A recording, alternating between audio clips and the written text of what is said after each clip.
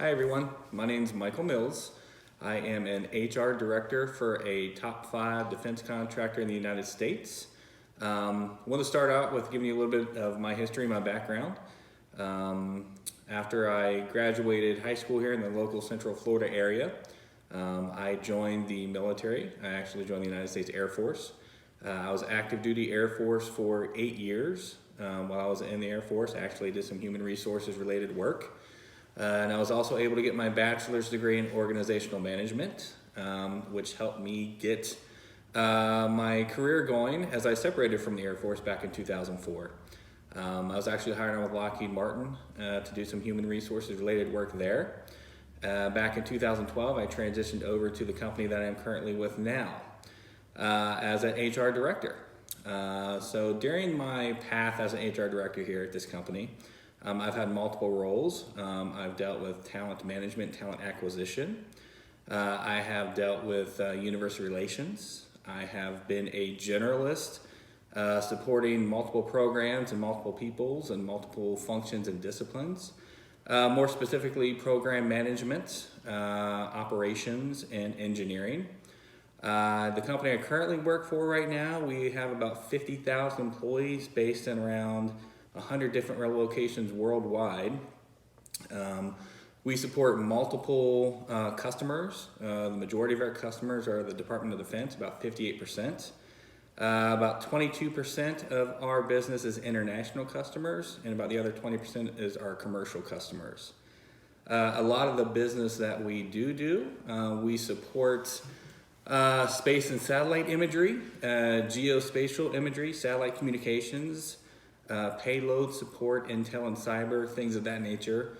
So you can kind of get the gist of what we do in a nutshell. So I will say that we do a lot of hiring in the business that we're in. We roughly hire about 5,000 people a year. Out of those 5,000 people, about 10% of those hires are from new college grads, our university relations programs. Multiple universities and multiple locations. We hire from about 27 to 29 different focus and core schools. The rest of our hiring comes from our experienced hires. And I will say the bulk of our experienced hires are in the engineering fields, mostly software, mechanical, and electrical engineering. Now, when you do look at the hiring, our hiring really depends on our program needs, our forecast throughout the year, our what we call DBOs, our defined business opportunities, which is typically, the programs that we are projecting to win within the next 6 to 12 months or so. So that really, gives us a forecast of what our staffing needs are. I will say out of the workforce that we currently have, we have about a population of 50,000 employees spread out in over 100 different countries right now. Out of those employees, about 20,000 are engineers, and about 24,000 of those have clearances in some way, shape, or form, so a secret or top secret clearance. Now, I say all that to get to the point of our hiring practices, right? When we have hiring needs, we have what we call requisitions, and we work with our internal recruiting team. And based off these requisitions and needs that we hire for, it's really dependent upon the qualifications of the job and the qualifications of the candidate, right? And specifically, the qualifications of the candidate could have an impact, either positive or negative, on if we are able to hire that individual into the company. There are a lot of factors that come in play when hiring the individual. It's obviously their roles that they do, their qualifications that with the job that we're hiring them for. Can they do the job? That's just one aspect of it, right? So we go through that vetting process with our internal recruiting team and our hiring managers, and the recruiters will obviously, get that process going for us. And part of that is vetting their qualifications, which is a soft check on their background, right?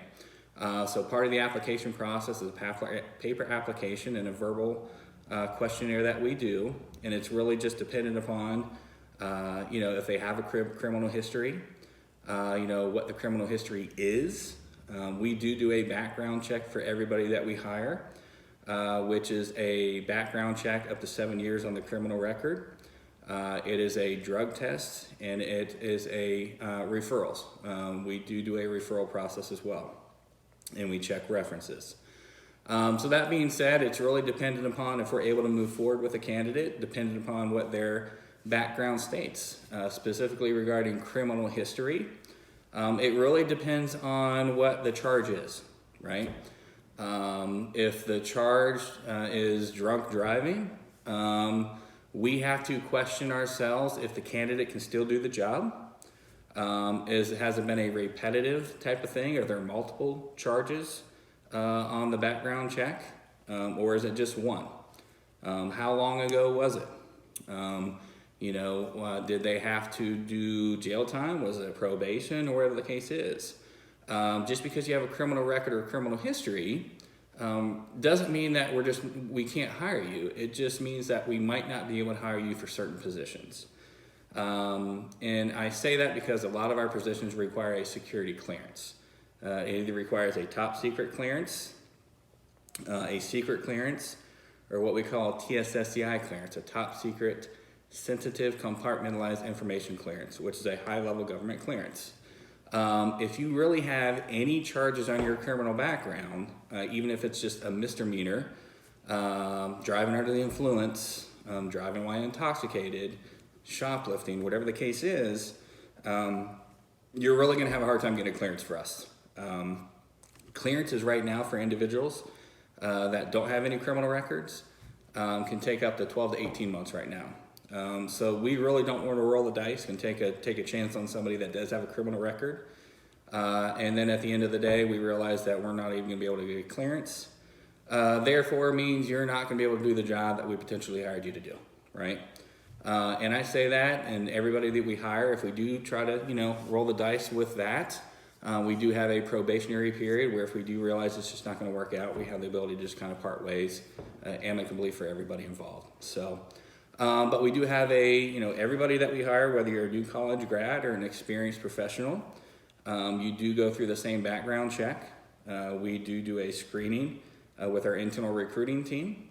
We do a criminal background check up to 7 years, which also involves your driving record. We do a drug screening for everybody involved as well. So if you fail your drug test, that's a complete no. Sorry, we'll just have to part ways.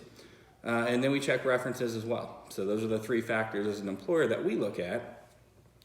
And if we determine based off the qualifications of the position and the qualifications of your background, regardless of your criminal history or not, that's really going to be our deciding factor if we're able to move forward with an employment offer for you. So that being said, I hope I explained the hiring process for my company a little bit.